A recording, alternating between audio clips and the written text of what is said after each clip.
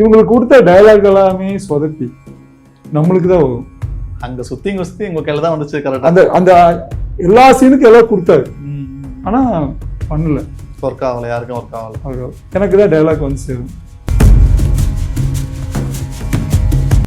ஆனா எனக்கு வில்லனா நடிக்கணும்னு தான் ஆசைப்பட்டேன். ஆனா நான் வந்த எப்படின்னா பெரிய பெரிய வில்லனே காமெடி செய்ய ஆரம்பிச்சுட்டாங்க. பன்னிவாய் மூஞ்சி மையம் இருக்குது, இது ஒரு பெரிய அதிர்ஷ்டம், இது வந்து ஜெயிக்குன்னு சொன்னேன். அவன் அப்படியே ஒரு நிமிஷம் யோசிச்சுட்டு என்னை குத்துனானா இல்லை கிண்டல் பண்ணானா அவன் ஒரு நிமிஷம் கன்ஃபியூஸ் ஆனான். அப்படி சொன்ன அப்படி நடந்தால் பழிக்கிட்டும் பாட்டுனான்ட்டு விட்டான். ஒரு வருஷம் கழிச்சு, பையா முடிஞ்சு ஒரு 2-3 வருஷம் கழிச்சு ஒரு கால் வருது, பார்ட்னர் நீ சொன்னது பழிச்சிடுச்சு, எனக்கு ஒரு கேரக்டர் வச்சானுங்க, பன்னிவாய் மூஞ்சினே கேரக்டர் வச்சாங்க. அன்னைக்கு முடிவு பண்றேன், இச்சாங்க ஸ்டேஜில் முடிவு பண்றேன், ஓகே நம்ம டைரக்ட் பண்ணணும்.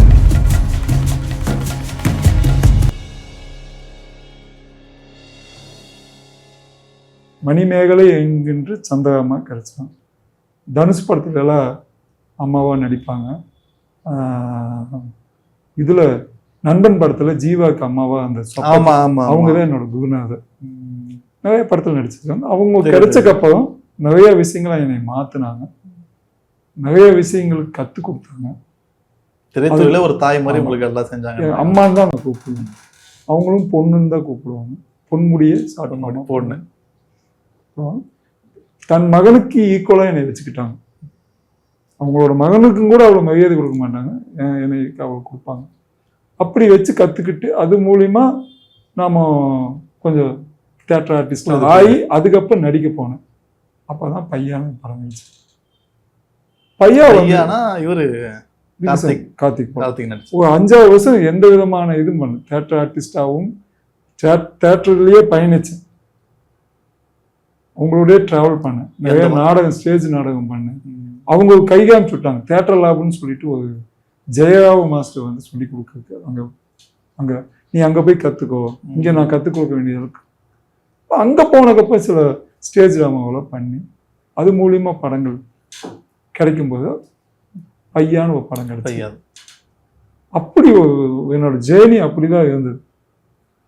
இதுக்கிடையில அப்பா அம்மாவே டைரக்டர் ப்ரொடியூசர், அம்மா வந்து பையா சொன்னீங்க. பையால என்ன கேரக்டரா நீங்க நடிச்சீங்க? அந்த தெலுங்கு வில்லனுங்க டீம்ல நான் தான் லீடா இருப்பேன். ஜாஃபர்னு சொல்லிட்டு குண்டா ஊத்து, லீனா ஊத்து ட்ரெயின்ல இருந்து ஜம்ப் ஆகி குதிச்சு தமனா ஓடும். ஆமா, அந்த குதிக்கக்கூடிய கேரக்டர் நாம தான். இப்போ நீங்க இதுக்கு முன்னாடி நீங்க ஒரு இன்டர்வியூல ஏதோ சொல்லியிருந்தீங்க, நாங்க வந்து என் கூட அந்த படத்துலலாம் இந்த யோகி பாபு நல்லா நடிச்சாங்க அப்படின்னு சொல்லியிருப்பீங்க. அப்பெல்லாம் வந்து இப்போ அவங்க பெரிய நடிகராக இருந்தாங்க. அப்போ அவங்க கூட இந்த அனுபவங்கள் எப்படி இருந்தது உங்களுக்கு?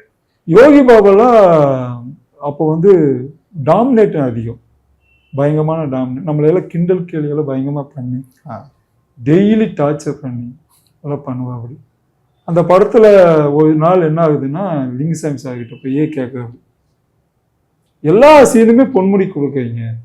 யாரு கேட்டது? யோகி பாபு. எங்களுக்கெல்லாம் கொடுக்கல. படத்துல பாத்தீங்கன்னா நீங்க யோகி பாபு நான் சொன்னக்கப்ப இந்த பையா படத்துல யோகி பாபு இருக்காருன்னு தெரியும். எத்தனை பேருக்கு யோகி பாபு வந்து பையா படத்துல இருக்காருன்னு தெரியும். அப்போ போயாச்சு. போனா பெரிய கான்ட்ரவர்சி கேட்க, அப்படி எங்களுக்கும் டைலாக் கொடுங்க. இவங்களுக்கு கொடுத்த டைலாக் எல்லாமே சொதப்பி நம்மளுக்கு தான் வரும். அங்க சுத்தி உங்க கையில தான் வந்துச்சு. கரெக்டா அந்த எல்லா சீனுக்கும் எல்லாம் கொடுத்தாரு, ஆனா பண்ணல, ஒர்க் ஆகல, யாருக்கும் ஒர்க் ஆகல. எனக்கு தான் டைலாக் வந்து சேரும். அப்படி சேரும்போது யோகி பாபு வந்து ஒரு நாள், யோகி பாபு பார்ட்னர் தான் நம்மளை கூப்பிடுவாரு. அப்போ ஒரு நாள் கேட்காரு, நீ ஏதோ வித்த காட்டி எல்லா சீனையும் நீ வாங்கிக்கிட்ட என்னதான் சொல்லுவாரு. நான் சொன்னேன் அப்படியெல்லாம் இல்லை, நல்லா நடிச்சு கத்துக்கிட்டா அது வரும். நீ வந்து உன்னோட முகம் வந்து டிஃப்ரெண்டான முகம், முடியெல்லாம் இருக்குது, இது உனக்கே வரும் பார்ட்னர், பெரிய ஆளாவ, தமிழ்நாடே பேச சொல்ற மாதிரி ஒரு காமெடியன் ஆவேன்னு நான் அந்த சொல்றேன். ஆனாலும் அவன் நம்பல.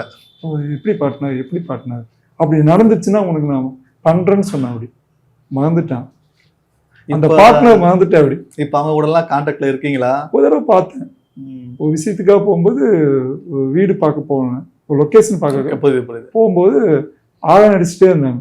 என்னடா நம்ம வண்டி ஆழம் அடிக்கன்னு திரும்பி பார்த்தா யோகி பாபு வண்டி பக்கத்தில் தான் வீடு. வாங்கன்னு சொல்லி காஃபியெல்லாம் கொடுத்தாங்க. அவங்க வீட்டில் அறிமுகப்படுத்தி வச்சாங்க. அவங்க அம்மாட்டு பண்ணாங்க. அப்புறம் அவங்க ஒய்ஃப் கிட்ட சொன்னாங்க. அப்போ எங்கிட்டையும் பேசினாங்க. பேசும்போது என்ன சொன்ன, நீ வந்து போய் ஆக்டிங் கிளாஸ் போய் தான் நீ இதை கெடுத்துக்கிட்ட. நீ நம்ம கூடயே எல்லாம் நாங்களாம் எவ்வளோ கெஞ்சி போய் டெய்லி நிற்போம் தெரியுமா ஒவ்வொரு கம்பெனிலையும். நீ நிற்கல, அதனால் நீ வரல. நீ உன்னை யாரும் நடிக்காமல் போய் கிளாஸ் எடுக்க சொன்னான் அப்படின்னு சத்தம் போட்ட. அப்படி அவர் கதை சொன்னார், குட்டி கதை சொன்னார். அவர் தேடும்போது சந்தானம் வீட்டுக்கு டெய்லி போய் நிற்பா, வாய்ப்புக்காக நிற்பா. அப்போ நான் கேட்டேன், அப்போ நான் டெய்லி வந்து உங்ககிட்ட நிற்கணுமான்னு கேட்டேன். சிரிச்சுட்டே கேட்டேன். அப்படியெல்லாம் இல்லை பார்ட்னர் அப்படின்னு. சினிமானாலே நிறைய பேர் சொல்லுவாங்க, நான் போய் சான்ஸ்க்காக இத்தனை நாள் இங்க இருந்தேன், இத்தனை நாள் அவங்க கண்டுக்கவே இல்லை, தினம் வாசல நிற்பேன். இது சினிமால ஒரு வாய்ப்பு கிடைக்கணும்னா நம்ம கொஞ்சம் இறங்கி போறதுல தப்பு இல்லைல்ல. நான் போகணும் அவசியம் இல்லை. நான் வந்து கிளாஸ் நடத்துவேன். முடிஞ்சா இன்னைக்கு போர் அடிக்குதா, இல்லை வந்து நான் வாழ்க்கையில் ஏதோ ஒரு விஷயத்த நான் சாதிக்காம விட்டுருந்தா உடனே என்ன பண்ணுவேன்னா டீம் ஃபார்ம் பண்ணி ஒரு ஷார்ட் ஃபிலிம் எடுப்பேன், ஃபிலிம் ஃபெஸ்டிவலுக்கு அனுப்புவேன். மாதிரி நீங்க நானே உருவாக்க முடியும். நான் போய் வாய்ப்பு கேட்டு நின்று போராட அந்த ஐடியா எனக்கு இல்லை. ஏன்னா எங்க அப்பா அப்படி நீங்க பண்ணியிருந்தா இப்போ யோகி பாபு அனைவருக்கும் தெரிஞ்ச ஒரு நகைச்சுவை நடிகர் இருக்காரு. அவர் சொல்ற மாதிரி நீங்களே கேட்டு நடந்திருந்தா இந்நேரம் நீங்களும் ஒரு பிரபலமாகிருக்கலாம், ஒரு நகைச்சுவை நடிகராவோ இல்ல வில்லன் நடிகராவோ ஆயிருக்கலாம். அது தள்ளி போகுதுன்னு உங்க மனசுக்கு தோணலையா அவர் சொல்லும் போது? வில்லனா ஆகணும் தான் என்னோட ஆசை, நகைச்சுவை நடிகனா ஆகணும் ஆசை. நான் உதாரணத்துக்காக இருந்தால் நான் அந்த இடத்த பிடிப்பேன். ஆனா எனக்கு வில்லனா நடிக்கணும் தான் ஆசைப்பட்டேன். ஆனா நான் வந்த எப்படின்னா பெரிய வில்லனே காமெடி செய்ய ஆரம்பிச்சுட்டாங்க. மொட்டத்துல ராஜேந்திர மாதிரி உலகத்துல கொடூரமான வில்லனா காட்ட முடியாது. பாலசா காமிச்சார் கண்டிப்பா. அப்போ அவரே காமெடி ஆக்கி விட்டாங்க இந்த இண்டஸ்ட்ரி. அப்ப நான் நினைச்சேன் இந்த காமெடி பண்ணாத, இப்ப நான் ஒரு படம் பண்ணியிருக்கேன், ஃபுல்லா காமெடியா பண்ணியிருக்கேன். சாதாவாகும் சொல்லிட்டு ஒரு படம் பண்ணி முடிச்சிட்டீங்களா? பண்ணி முடிச்சு ஃபர்ஸ்ட் காப்பி ரெடி ஆகுது, ரிலீஸுக்கு ரெடி ஆகுது. அந்த டீம் வந்து என்னை வச்சு ஒரு காமெடி ட்ராக் பண்ணாங்க, ஃபுல்லா காமெடி பண்ணியிருக்கேன். உங்களை வச்சு கை தட்டிருக்காங்க, காமெடி பண்ணி கை தட்டு போது பயங்கர இல்லை. ஆனா நினைச்சது இல்லை, நான் நடிச்சது காமெடி. காமெடி ஒர்க் அவுட் ஆகும்னு இப்போ நான் இறங்கியிருக்கேன்.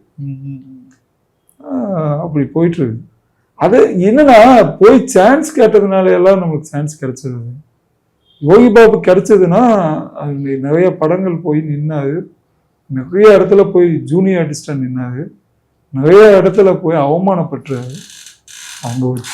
அந்த மாதிரியான வாய்ப்பை நீங்க தவறு விட்டதுக்கான காரணம் என்னன்னு யோசிச்சிருக்கீங்களா? இப்ப நீங்க என்ன சொல்றீங்க, அவர் வந்து நிறைய இடத்துல போய் நின்று இருக்காரு, அதனால ஒரு வாய்ப்பு கிடைச்சிரு. அவர் வந்து ஒரு இடத்துல மட்டும் இல்ல, இந்த ஒரு அவரோட உருவம் பெரிய பிளஸ், முடிவு பெரிய பிளஸ். அவர் காமெடி பண்ணி பயங்கரமா சந்தானம் கூட நேத்து கூட காமெடி பார்த்தேன், பயங்கரமா சிரிப்பு வந்தது. யோகி பாபு என்னோட நல்ல ஃப்ரெண்டு. மீறி போனா ஒரு 2 இடத்துல கை தட்டி இருப்பேன். எங்கேயுமே ஒரே அந்த கை அடிக்கிறது ஸ்டார்ட் ரவுண்டுக்குள்ள வந்து அது வந்து கை தட்டினேன், மனசாக இருந்துச்சு எனக்கு. அப்போ மற்ற இடத்துலயும் அதே மாதிரி பண்ணணும்ல, அந்த மாதிரி சீக்வன்ஸ் யோகி பாபு பார்ட்னர் கிடைக்கணும்ல. ஆனா சந்தானம் எல்லா கோலுமே, எல்லா சீனுமே கோல், எல்லா சீனுமே சிவப்பு. இல்ல ஒருவேளை உங்க நண்பர் உங்களோட மேல போயிட்டாருன்னு சொல்லிட்டு நீங்க சந்தானத்தை பெருமையா பேசுற மாதிரி இருக்கு. இல்லையா, அப்படியெல்லாம் ஒண்ணுமே இல்லையா. பார்ட்னரும் ரொம்ப கதாநாயகனாலாம் நடிச்சிருக்காரு.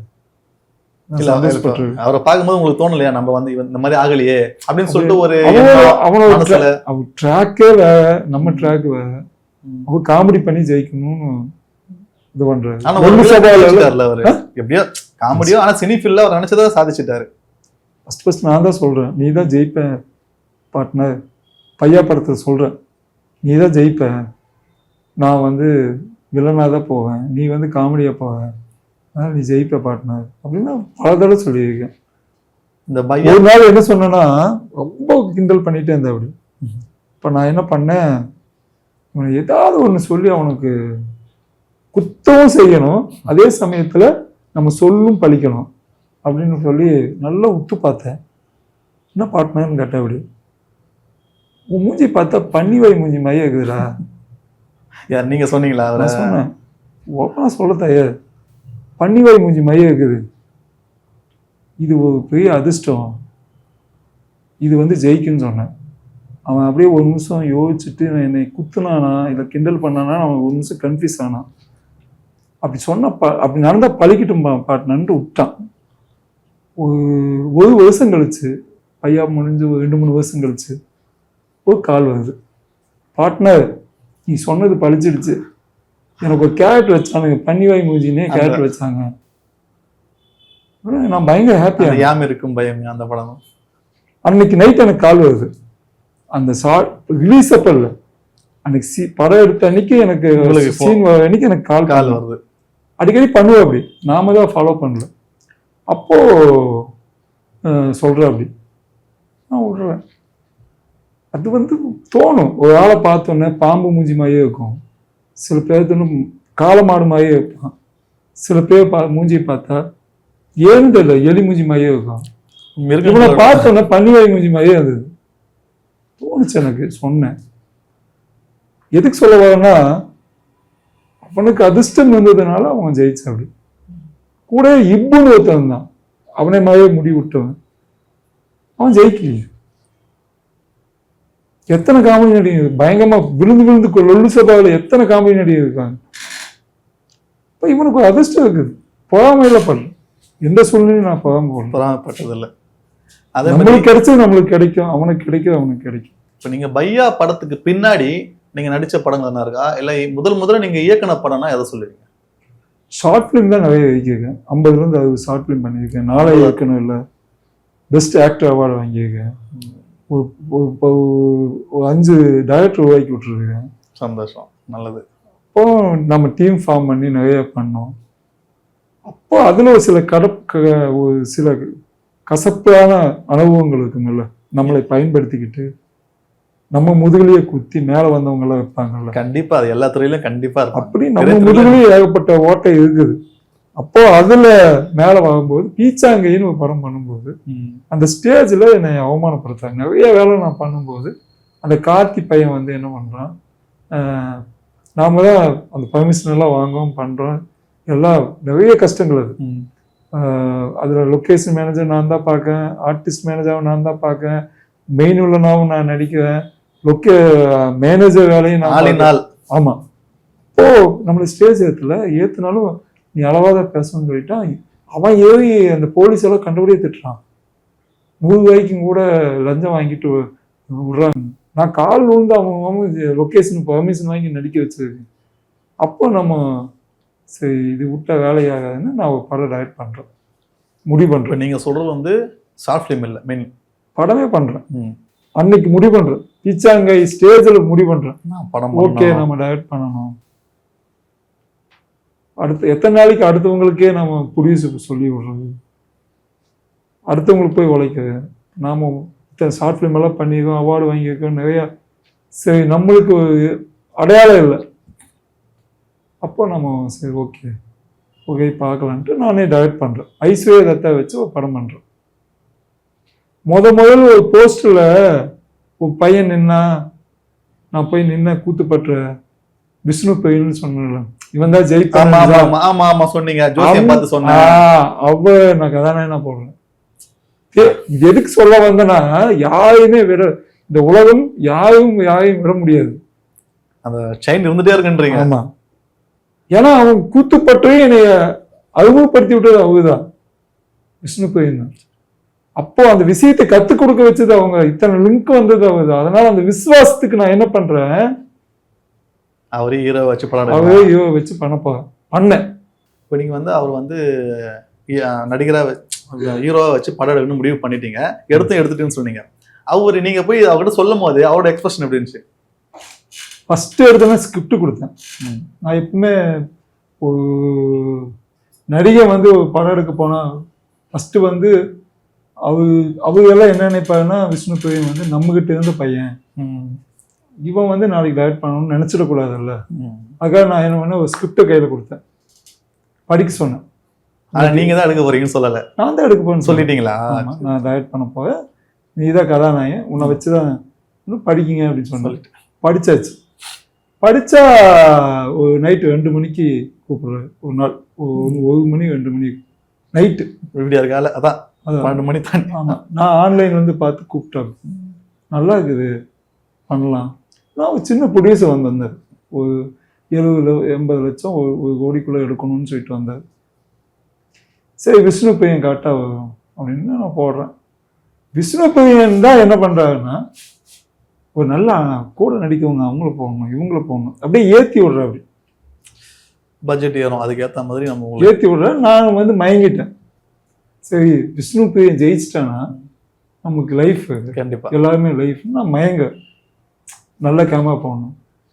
அப்போ எனக்கு ஒரு விஷயத்த நமக்கு யார் பிடிக்கிறோமோ, நம்ம யார் மேலே பாசம் வைக்கிறோமோ, நம்ம யார் மேலே ரொம்ப அழிப்பாக வைப்போம், அவன் சொல்றதும் நம்ம கேட்போம். கண்டிப்பா கண்டிப்பா எப்படி காப்பாற்றி விட்டுருவான், நம்மளுக்காக வேலை பார்க்கும், உண்மையா இருக்கும் நடக்கும் அப்படின்ட்டு. இப்போ விஷ்ணு பையனுக்காக நிறைய படம் நிறைய கதாநாயகி போய் நான் தேடப்போம் போனால் விஷ்ணு ஃபர்ஸ்ட் பயோடேட்டா கேட்குறாங்க, ஆர்டிஸ்ட்க்கு வேல்யூ கேட்குறாங்க.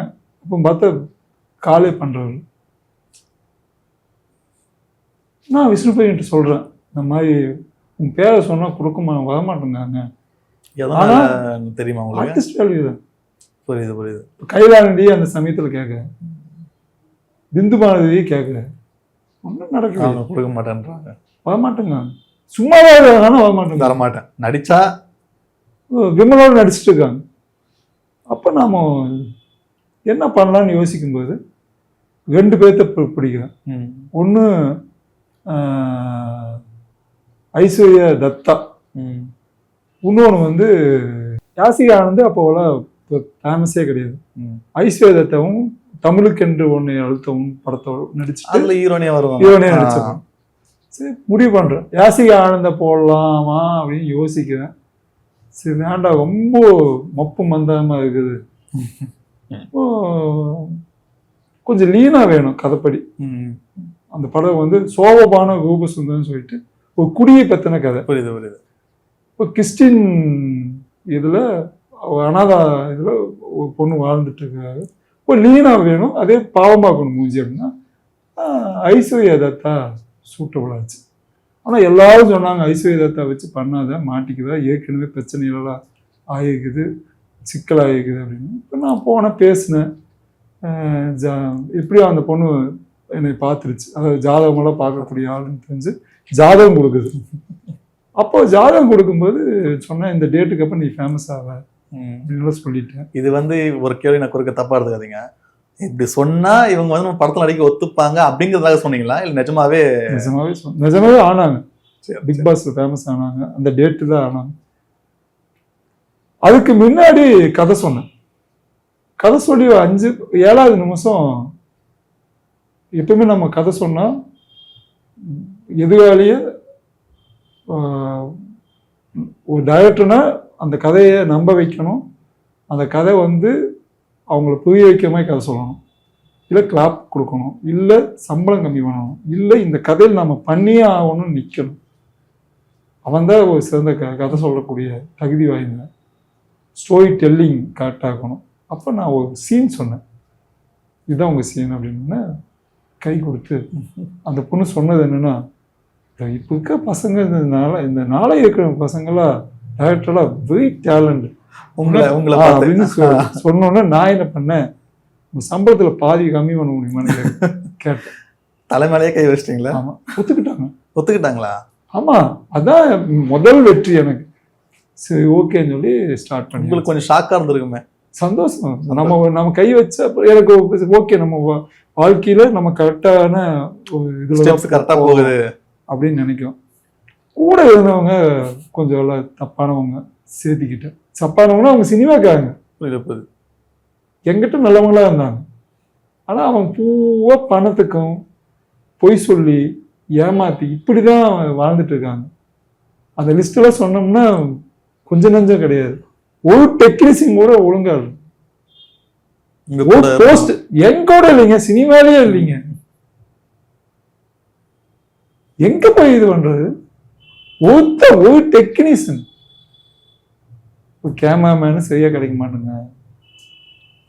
ஒரு எடிட்டர் சரியா கிடைக்க மாட்டேங்காங்க, ஒரு போஸ்ட் டிசைனர் சரியா கிடைக்க மாட்டேங்காங்க.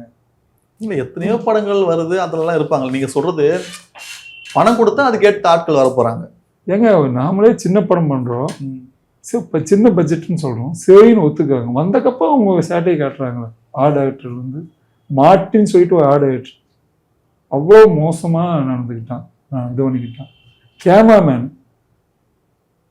3 கேமராமேன் மாத்தினேன் அந்த படத்துக்கு. அவங்க அந்த மனநிலை அவங்களுக்கு மாறதுக்கான காரணம் என்ன?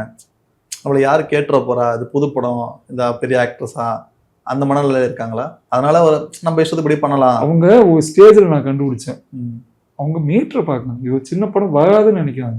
இவங்க புது ஆளு, அவ்வளோதான். இவனால எங்க வரப்பா, வரவே சம்பாதி எங்கிட்டயே ஐடியா கொடுத்தவங்க தான் அவங்க. எங்கிட்டே ஒருத்தங்க ஐடியா கொடுக்காங்க சினிமாக்காக. ஒரு 10 லட்சம் ஒதுக்கி வச்சுக்கோ. புரியுது இது புரிச அழிச்சிருங்க முடியாதுங்க. ஐயோ என்னை நம்பி வந்திருக்காங்க அப்படிங்க அழிக்க சொல்றான். நீங்க உண்மையா இருக்கீங்க, ஆனா உங்க கூட நீங்க நம்பி உங்க அந்த கேமரா மத்த ஆர்டிஸ்டோ ஒரு டப்பிங் ஸ்டுடியோ கிட்ட போறேன், அவன் சொல்றான் மேனேஜர் மூலியமா வரீங்களா, நீங்க டைரக்டர் நீங்க அப்படின்னு கேட்கறான். டைரக்டர் தான் அப்படின்னு. அப்போ உங்களுக்கு ஒரு பில்லு, மேனேஜருக்கு ஒரு பில்லு, ப்ரொடியூசருக்கு ஒரு பில்லு போடுறேங்க. உங்களுக்கு ஒரு கமிஷன் வருதுங்க, எல்லாத்துலயுமே கமிஷன். எங்க ஒரு சின்ன படம் எடுக்க ஒருத்தவங்க வந்தா கெதி என்ன, இது என் ப்ரொடியூசருக்கே தெரியாது. கேட்கறது தப்பா எடுத்துக்காதீங்க. நீங்க மினி பட்ஜெட் சொல்றேன்னா நான் அந்த கேள்வி கேட்கறேன். அது என்ன பட்ஜெட், அது எவ்வளவு பட்ஜெட்டை வச்சு அந்த படம் எடுக்க முடிவு பண்ணீங்க? ஒரு ரூபாய்க்குள்ள பண்ணணும். 1 ரூபாய். சரி, ஓகே. ஆனா அது 1 ரூபாய் படம். பீச்சாங்கி 1.5 கோடி இருந்தாலும் படம் எடுக்க முடியும் அந்த படம். ஆனா நான் 1 ரூபாய்க்குள்ள எடுக்கணும்னு என்னோட முடிவு.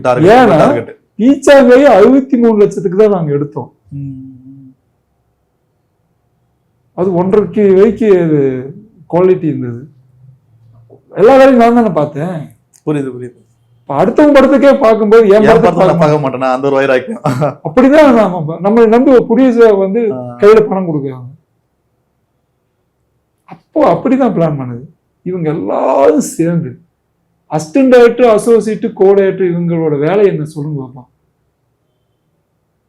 எப்படியாவது இந்த அசிஸ்டன்ட் டைரக்டர்னா என்ன வேலை? இயக்குனருக்கு உதவியாக இருக்கணும். அப்படி இல்லையே எவனும்.